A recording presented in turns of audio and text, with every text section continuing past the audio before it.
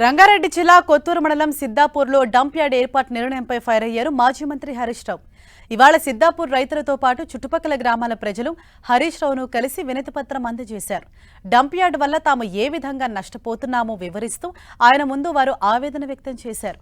ప్రభుత్వ అనాలోచిత నిర్ణయానికి వ్యతిరేకంగా తమ పక్షాన పోరాడాలని, తమకు న్యాయం జరిగేలా చూడాలని వారు కోరారు. రైతుల వినతిపై స్పందించిన హరీష్ రావు ప్రభుత్వ తీరును తీవ్రంగా ఖండించారు.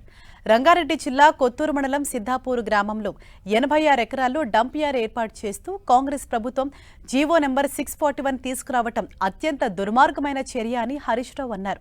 పచ్చని వ్యవసాయ భూముల మధ్య జనావాసాలకు సమీపంలో డంప్ యార్డ్ ఏర్పాటు చేయాలనుకోవటం రేవంత్ రెడ్డి ప్రభుత్వ అనాలోచిత నిర్ణయాలకు నిదర్శనమని, దీనిని బీఆర్ఎస్ తీవ్రంగా ఖండిస్తోందని హరీష్ రావు అన్నారు.